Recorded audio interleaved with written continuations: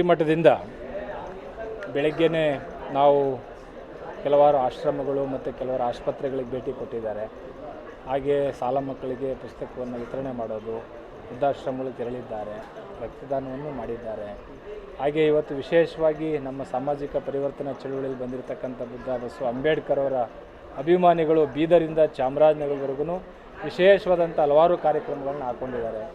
ಇಡೀ SC/ST ನೌಕರರ ಸಂಘ ಮತ್ತು ಎಲ್ಲ ಇಲಾಖೆಯ ನೌಕರರು ಮತ್ತು ಪೊಲೀಸ್ ಇಲಾಖೆ ಮತ್ತು ನಮ್ಮ ಗಾಂಧಿನಗರದ ಸಮಸ್ತ ಎಲ್ಲ ಸಂಘಟನೆ ಮುಖ್ಯಸ್ಥರು ವಿಶೇಷವಾಗಿ ಈ ಒಂದು ಮಠದ ಕಾಳಜಿ ಇಟ್ಟುಕೊಂಡು 49ನೇ ಹುಟ್ಟುಹಬ್ಬದಲ್ಲಿ ಅಸ್ಪೃಶ್ಯರಿಗೆ ಅಧಿಕಾರ ಸಿಗಬೇಕು, ಈ ಸಮುದಾಯ ಆಳುವ ಸಮುದಾಯ ಆಗಬೇಕು ಅನ್ನೋ ದೃಷ್ಟಿಯಲ್ಲಿ ಈ ಸಮುದಾಯವನ್ನು ಜಾಗೃತಿ ಮಾಡಲಿಕ್ಕೆ ಈ ಒಂದು ಕಾರ್ಯಕ್ರಮವನ್ನು ಸಂಕಲ್ಪ ಮಾಡಿ ನಮ್ಮೆಲ್ಲ ಸಮುದಾಯದವರು ರಾಮನಗರ, ಮದ್ದೂರು ಮತ್ತು ಬೆಂಗಳೂರು ಎಲ್ಲ ಕಡೆ ಈ ಕಾರ್ಯಕ್ರಮವನ್ನು ಆಯೋಜನೆ ಮಾಡಿದ್ದಾರೆ. ಹಾಗಾಗಿ ನಾನು ಶುಭ ಕೋರ್ತಾ ಇದ್ದೇನೆ. ಮುಂದಿನ ದಿನಮಾನಗಳಲ್ಲಿ ಶೋಷಿತರು ಈ ರಾಜ್ಯವನ್ನು ಆಳ್ತಕ್ಕಂಥ ಸ್ಥಿತಿಗೆ ಬರಲಿ ಅಂತಕ್ಕಂಥದ್ದು ಇವತ್ತಿನ ನನ್ನ ಸಂದೇಶ ಆಗಿರುತ್ತೆ ಅಂತೇಳಿ ನಾನು ಹೇಳಲಿಕ್ಕೆ ಇಷ್ಟಪಡ್ತಾ ಇದ್ದೇನೆ. ಸಾಕಷ್ಟು ಹೋರಾಟಗಳನ್ನ ಮಾಡ್ಕೊಂಡು ಬರ್ತಾ ಇದ್ದೀರಿ. 49 ವರ್ಷ ಆಗಿ 50 ವರ್ಷ ಕಾಲ ಹೇಗೆ ಅನ್ನಿಸ್ತಾ ಇದೆ ಸರ್ ಈ ವರ್ಷ? ಈಗ ನಮಗೆ ನಮ್ಮೆಲ್ಲ ಸಮುದಾಯ ಜಾಗೃತ ಆಗ್ತಾ ಇದೆ. ಎಲ್ಲ ಮಹಾಪುರುಷರ ಕನಸನ್ನು ನನಸು ಮಾಡಲಿಕ್ಕೆ ನಮ್ಮ ಸಮುದಾಯ ಎದ್ದು ನಿಲ್ತಾ ಇದೆ ಅಂತ ನನಗೆ ಅನ್ನಿಸ್ತಾ ಇದೆ.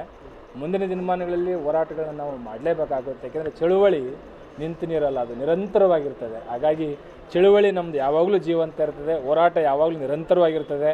ಸಂವಿಧಾನ ಮತ್ತು ಪ್ರಜಾಪ್ರಭುತ್ವದ ಮೌಲ್ಯಗಳನ್ನ ಎತ್ತಿಡಲಿಕ್ಕೆ ನಾವು ಯಾವಾಗಲೂ ಸಹ ನಿರಂತರ ಹೋರಾಟದಲ್ಲಿ ಇರ್ತೇವೆ. ಸ್ವಾಮೀಜಿಗಳಾಗಿ ಹೋರಾಟಕ್ಕೆ ಬಂದಿದ್ದು ತುಂಬ ಕಡಿಮೆ ಸಮಾಜದಲ್ಲಿ. ಆ ರೀತಿ ನೋಡ್ಲಿಕ್ಕೆ ಹೋದರೆ ಆ ರೀತಿ ಹೋರಾಟಕ್ಕೆ ಬಂದಂಥ ಸ್ವಾಮೀಜಿಗಳಿಗೆ ಹಿಂದೆ ಏನಾದರೂ ಟೀಕೆ ಟಿಪ್ಪಣಿಗಳು ಅಷ್ಟೆಲ್ಲ ಬರ್ತಾ ಇದೆಯಾ? ಅವನ್ನೆಲ್ಲನೂ ಭಾಳಷ್ಟು ಟೀಕೆ ಟಿಪ್ಪಣಿಗಳು ಸಮಾಜದಲ್ಲಿ ಬರ್ತವೆ. ಎಲ್ಲ ಟೀಕೆ ಟಿಪ್ಪಣಿಗಳನ್ನು ಮೀರಿ ನಿಂತವರು ಬಾಬಾ ಸಾಹೇಬರು, ಭಗವಾನ್ ಬುದ್ಧರು, ಬಸವಣ್ಣವರು. ಹಾಗಾಗಿ ನಾವೆಲ್ಲ ಟೀಕೆ ಟಿಪ್ಪಣಿಗಳನ್ನು ಸಮಾನವಾಗಿ ತಗೋಬೇಕಾಗಿದೆ. ಹಾಗಾಗಿ ನಮ್ಮದು ಮಧ್ಯಮ ಮಾರ್ಗ, ಹಾಗಾಗಿ ಸಮಾನವಾಗಿ ಸ್ವೀಕರಿಸ್ತಾ ಇದ್ದೇವೆ ನಾವು. ಈ ಉರ್ಲಿಂಗಿ ಪೆದ್ದಿ ಮಠನ ಯಾಕೆ ಜನ ವಿಶ್ವಾಸ ಅದ್ರ ಮೇಲೆ ಇಡಬೇಕು ಅಂತ? ಈಗ ಉರ್ಲಿಂಗ ಪೆದ್ದಿ ಮಠ ಅನ್ನೋದು ಇದು 12ನೇ ಶತಮಾನದ ಬಸವಾದಿ ಶರಣರ ಕಾಲದಿಂದ ಬಂದಂಥ ಮಠ ಆಗಿರೋದ್ರಿಂದ ಸಾಮಾಜಿಕ, ಆರ್ಥಿಕ ಹಾಗೂ ಶೈಕ್ಷಣಿಕ ಅಭಿವೃದ್ಧಿಯನ್ನು ಹೊಂದಿರತಕ್ಕಂತಹ ಹಲವಾರು ಮಠಗಳ ಸಾಲಿನಲ್ಲಿ ಇದು ಒಂದು ಮಠ ಆಗಿರುತ್ತೆ. ಇದು ಈ ಸಮುದಾಯದ ಒಂದು ಜೀವನಾಡಿದ್ದಂಥ ಮಠ ಇದು. ಹಾಗಾಗಿ ಈ ಮಠ ಇನ್ನು ಮುಂದಿನ ದಿನಮಾನಗಳಲ್ಲಿ ಇಡೀ ರಾಜ್ಯಾದ್ಯಂತ ಈ ಸಮುದಾಯಕ್ಕೆ ಒಂದು ಶಿಖರವಾಗಿ ಬೆಳೆಯುತ್ತೆ ಅಂತಕ್ಕಂಥದ್ದು ನನ್ನ ಅಭಿಪ್ರಾಯ.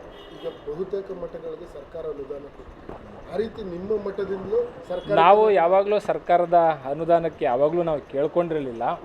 ಈ ವರ್ಷ ಸರ್ಕಾರದವರು ವಿಶೇಷವಾಗಿ ಗುರುತು ಮಾಡಿ ಯಾವುದು ಪ್ರಜಾಪ್ರಭುತ್ವದ ಮೌಲ್ಯವನ್ನು ಎತ್ತಿಡಿತಾ ಇದೆ, ಯಾವುದು ಜನರ ಪರವಾಗಿದೆ, ಯಾರು ಬಡವರ ಪರವಾಗಿದೆ ನೋಡಿ ಈ ಸರಿ ಅನುದಾನವನ್ನು ಬಿಡುಗಡೆ ಮಾಡಿದ್ದಾರೆ, ಕೊಡ್ತಾ ಇದ್ದಾರೆ. ಅದನ್ನು ಯಾವ ರೀತಿ ಮಠದಲ್ಲಿ ಈಗ ಇಲ್ಲಿ ನಮ್ಮಲ್ಲಿ IAS ಅಕಾಡೆಮಿ ಮತ್ತು ಸ್ನಾತಕೋತ್ತರ ಕೇಂದ್ರ, PG ಸೆಂಟರ್ಸು ಮತ್ತು ಪ್ಯಾರಾಮೆಡಿಕಲ್ಲು, ನರ್ಸಿಂಗ್ ಕಾಲೇಜುಗಳು ಮಾಡಬೇಕಾಗಿದೆ. ಆ ದೃಷ್ಟಿಯಿಂದ ಆ ಅನುದಾನವನ್ನು ಸದ್ಬಳಕೆ ಮಾಡ್ಕೊಳ್ತಕ್ಕಂಥ ಕೆಲಸ ಮಾಡ್ತಾ ಇದ್ದೀವಿ.